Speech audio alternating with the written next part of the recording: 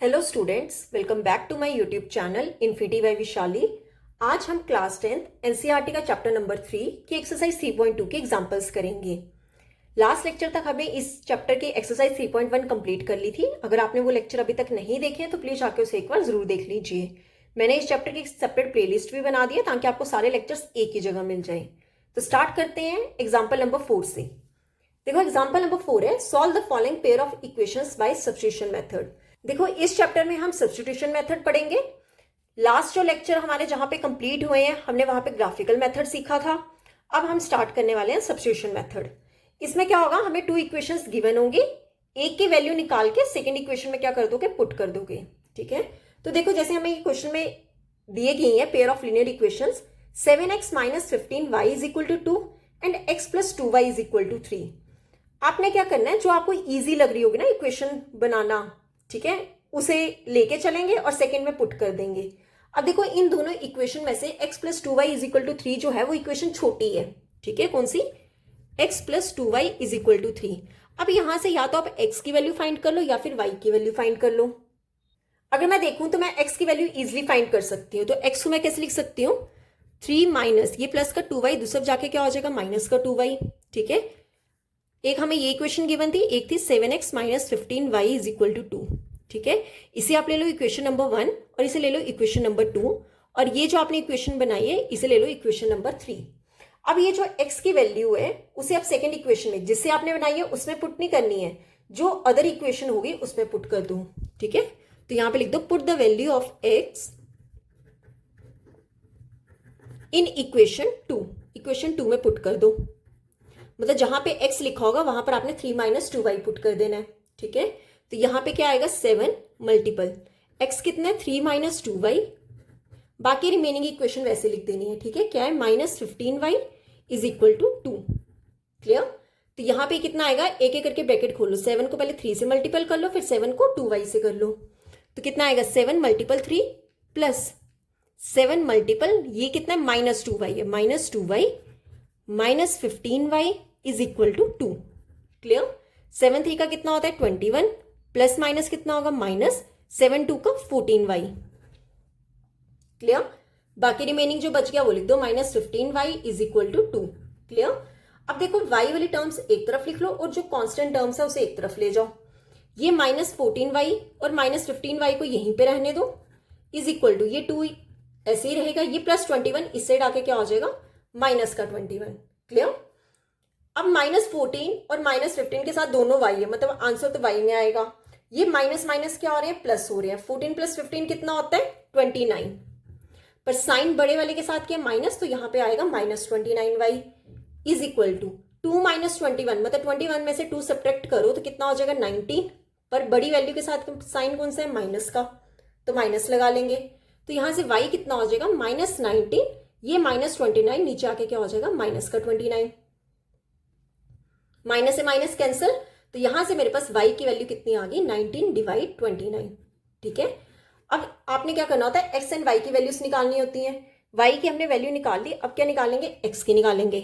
ठीक है, अब कर दो put the value of y in equation 3। हमने इक्वेशन 3 में क्यों पुट किया,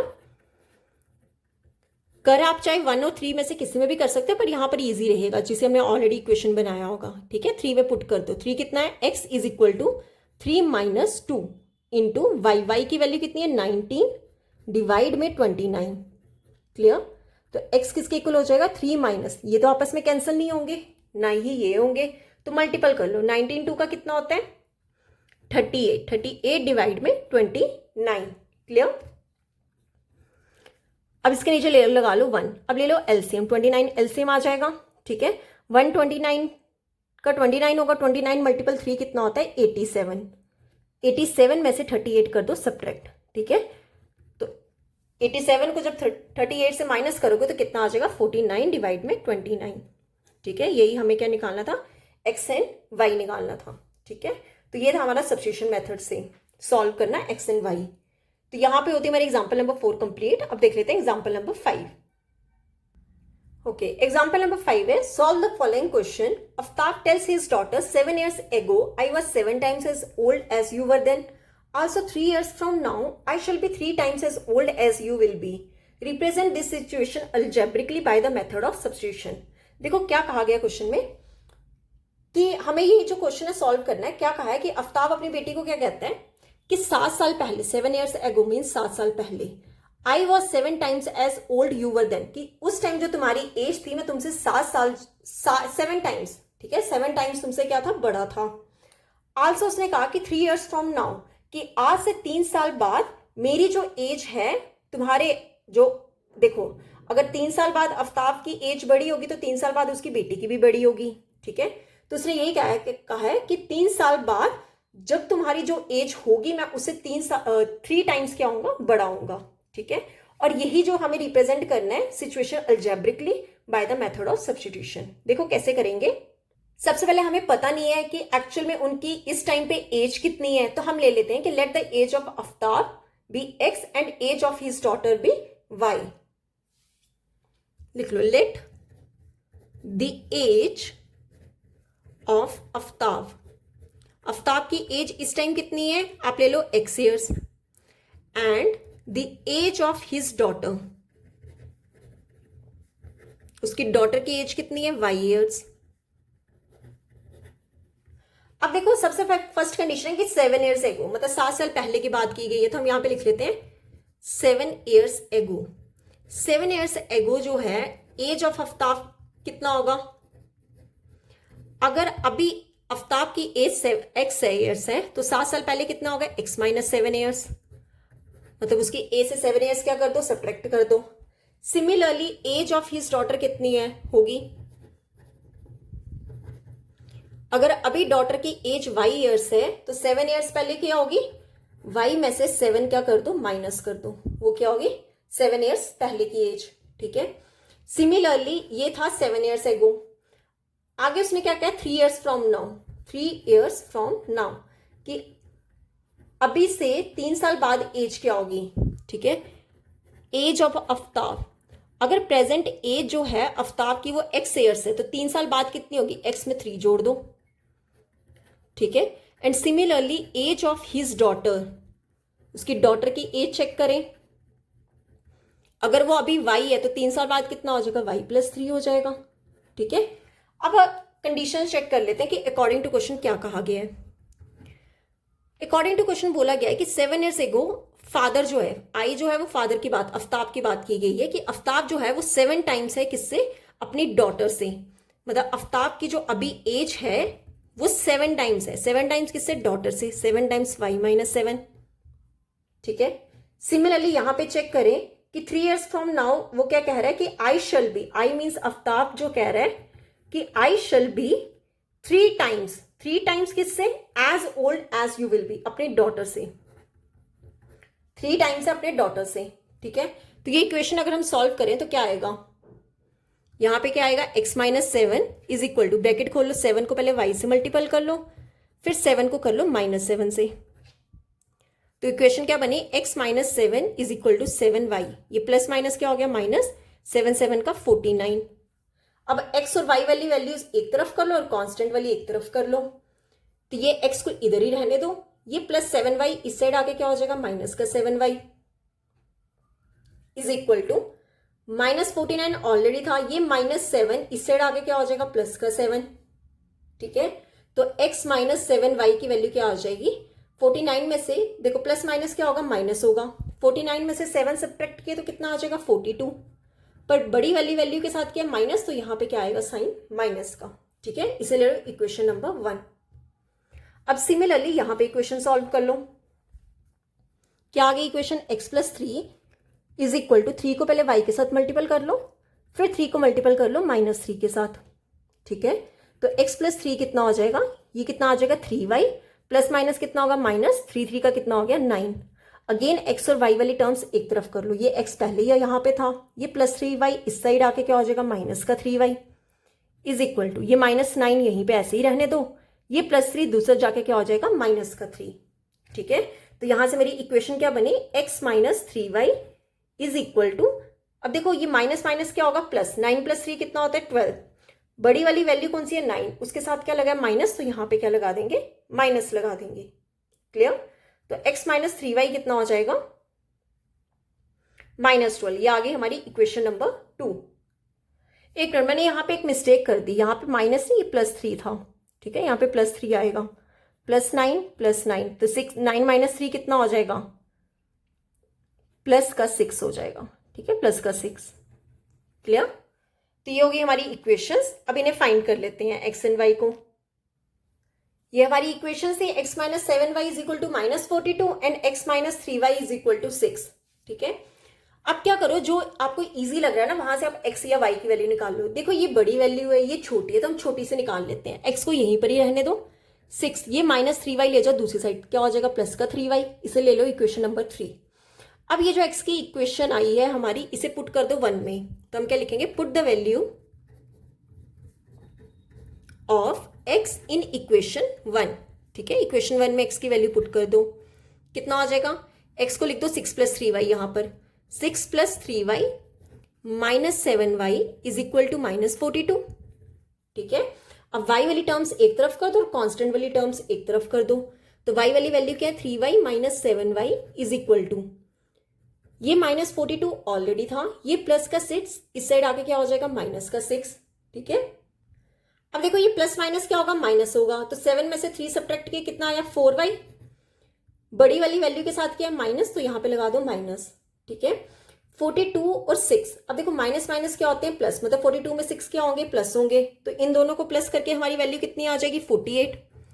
बड़ी वाली वैल्यू के साथ माइनस है, अगेन लगा दो माइनस, तो यहां से मैं अगर y की वैल्यू निकालूं तो कितनी आ जाएगी, -48 डिवाइड में -4 ले जाओ नीचे, माइनस से माइनस कैंसिल, ये 4 के टेबल से कैंसिल, 4 1 का 4 12 का, तो मेरे पास y की वैल्यू कितनी आ गई, 12। क्लियर? अब y आ गया तो x निकाल लेते हैं, तो y की वैल्यू कर दो इक्वेशन नंबर 3 में पुट, यहां पे क्या लिखेंगे, put the value of y in equation 3, ठीक है, थर्ड इक्वेशन में पुट कर दो, तो कितना आएगा, x = 6 + 3 इंटू y की वैल्यू कितनी है, 12, ठीक है, तो x कितना हो जाएगा, 6 + 3 इंटू 12 कितना होगा, 36, तो 36 में 6 प्लस किए तो x कितना हो जाएगा, 42। यही हमें क्या करना था, x एंड y की वैल्यू फाइंड करनी थी। अब हमने x और y लिया क्या था, देखो x क्या थी, एज ऑफ आफ्ताब, और y क्या था, age of his daughter. x and y आ गया तो यहां पे लिख देते हैं, therefore age of Aftab, Aftab की एज हमने क्या ली थी, x ईयर्स ली थी, x कितना 42, तो आंसर कितना हो जाएगा, 42 years. Similarly age of his daughter लिख लो, एज ऑफ हिज डॉटर क्या थी, y ईयर्स, y कितना है हमारा 12, तो एज ऑफ हिज डॉटर कितना आ जाएगा, 12 ईयर्स। क्लियर? तो यहां पे होते हैं हमारे एग्जाम्पल नंबर 5 कंप्लीट। अब देख लेते हैं एग्जाम्पल नंबर 6। देखो ये रही example number 6। In a shop the cost of 2 pencils and 3 erasers is ₹9 and the cost of 4 pencils and 6 erasers is ₹18. Find the cost of each pencil and each eraser. देखो क्या कहा गया है, एक shop में 2 पेंसिल्स और 3 erasers की cost कितनी है, मतलब 2 पेंसिल्स और 3 इरेजर्स की कॉस्ट कितनी है, ₹9, और सेकेंड कंडीशन दी गई है कि cost of 4 pencils and 6 erasers की कॉस्ट कितनी दी गई है, 18। हमें क्या फाइंड करना है, cost of each pencil and each eraser. हमें 1 पेंसिल और 1 इरेजर की क्या करनी है, कॉस्ट फाइंड करनी है, ठीक है। तो हमें नहीं पता कितनी है, तो हम पहले लेट करके चलते हैं। हम पहले लिखें लेट कॉस्ट ऑफ 1 पेंसिल, देखो कॉस्ट है तो रुपीज में होगा, ₹x ले लो, and cost of 1 eraser, 1 eraser की कॉस्ट कितनी है, ₹y, ठीक है। अब अकॉर्डिंग टू क्वेश्चन देखो क्या कहा है, 2 पेंसिल्स, पेंसिल कितनी है, x है, एंड की जगह लगा दो प्लस, 3 इरेजर्स, 3 इरेजर कितने हैं, y, इन दोनों की कॉस्ट हमें कितनी दी गई है, ₹9। ये हमें क्या दी गई है, फर्स्ट कंडीशन। अब सेकेंड कंडीशन हमें क्या दी गई है, कॉस्ट ऑफ 4 पेंसिल्स, 4 पेंसिल्स की कॉस्ट, पेंसिल कितनी है, x, एंड की जगह लगा दो प्लस, 6 इरेजर, 6 इंटू इरेजर कितना है, y = 18। ये क्या आ गई हमारी सेकेंड इक्वेशन। अब क्या करेंगे, एक x या y की वैल्यू निकाल लेते हैं। ये वैल्यू थोड़ी छोटी है, यहां से x की वैल्यू निकाल लो। देखो 2x जो है वो किसके इक्वल होगा, ये 9 ऑलरेडी यहां पे था, ये +3y, इस साइड आके क्या हो जाएगा, -3y, पर मुझे क्या चाहिए, x की वैल्यू, तो 2 को ले जाओ डिनोमिनेटर में, तो कितना हो जाएगा, 9 - 3y डिवाइड में 2, ठीक है, ये ले लो इक्वेशन नंबर 3। क्लियर। अब ये जो x की वैल्यू हमने निकाली है इसे सेकेंड नंबर ऑफ इक्वेशन में क्या कर दो, पुट कर दो। तो यहां पे लिख दो put the value of x in equation 2, second equation में पुट कर दो। कितना आ जाएगा, 4 मल्टीपल x कितना है 9 माइनस 3y डिवाइड में 2 plus 6y is equal to 18। Clear. 2 के टेबल से कैंसिल, 2 का, तो यहां पे कितना आएगा 2 times 9 minus 3y plus 6y is equal to 18। Clear. अब एक एक करके ब्रैकेट खोल लेते हैं। पहले 2 को 9 से मल्टीपल कर लो, फिर 2 को माइनस 3y से कर लो। तो कितना आ जाएगा 2 multiple 9 plus 2 multiple minus 3y plus 6y is equal to 18। ठीक है, 2 9 का कितना होगा 18 प्लस माइनस कितना होता है माइनस, 2 3 का 6y plus 6y is equal to 18। अब क्या करो कि y वाले टर्म्स इकट्ठे कर लो और जो कांस्टेंट टर्म्स हैं उन्हें इकट्ठा कर लो। देखो यहां पे कर लेते हैं, माइनस 6y और प्लस 6y को यहीं पर ही रहने दो। ये 18 को ऐसे ही लिख दो, ये प्लस 18 दूसरा जाके क्या हो जाएगा माइनस का 18। ठीक है, ये क्या बन जाएगा 0। अगेन यहां पे 18 माइनस से 18 भी कितना बन जाएगा 0। अब ये क्या हमारे पास तो ना x की वैल्यू आई ना y की वैल्यू आई। ठीक है, तो क्या करेंगे, देखो यहां से हमारे पास कोई भी स्पेसिफिक वैल्यू नहीं आ रही है, ना तो x की आ रही है ना तो y की आ रही है। ठीक है, दोनों में से कुछ भी नहीं आ रहा है, तो हम क्या कह देंगे, दिस सिचुएशन हैज अराइजन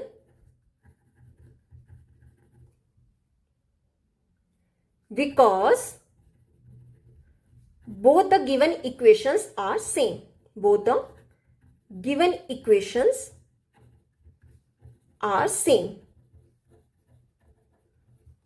कब होंगे, जब दोनों इक्वेशंस क्या होंगी, सेम होंगी, तब हमारे पास x एंड y की वैल्यूज नहीं आएंगी। ठीक है, तो हम यहां से क्या लिख देंगे, therefore we cannot find the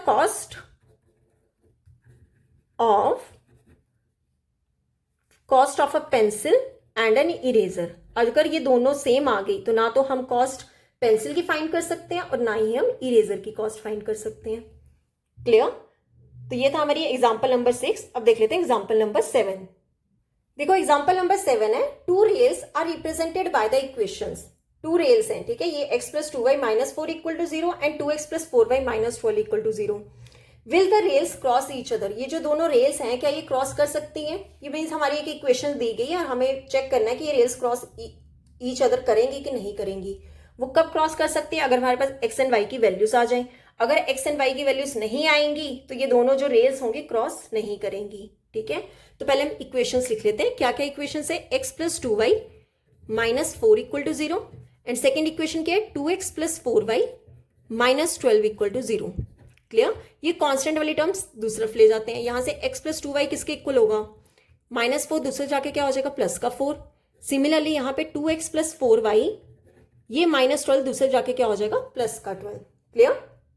अब यहां से देखो दोनों में से इक्वेशन इजी कौन सी है, ये वाली।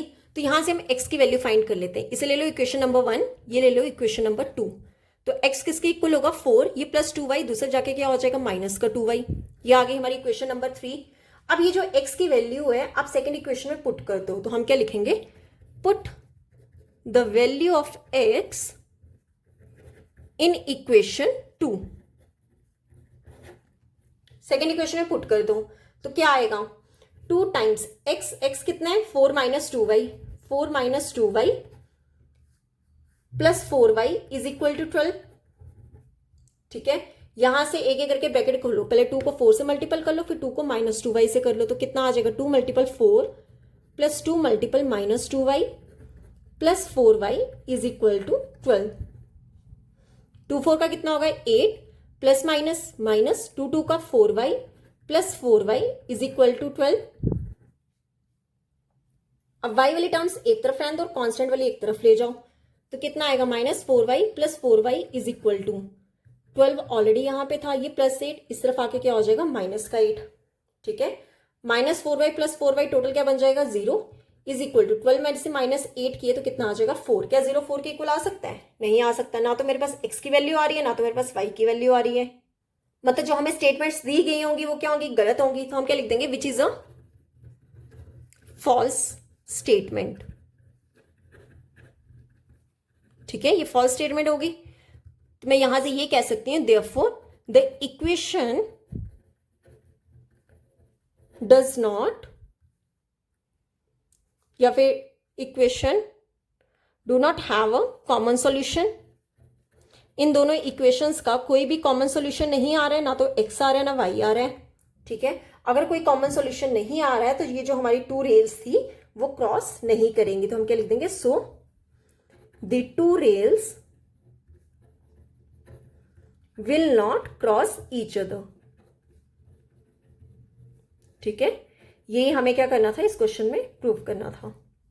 क्लियर? तो यहां पे होती है हमारी एक्सरसाइज 3.2 की एग्जांपल्स कंप्लीट। नेक्स्ट लेक्चर में हम एक्सरसाइज 3.2 के क्वेश्चन स्टार्ट करेंगे।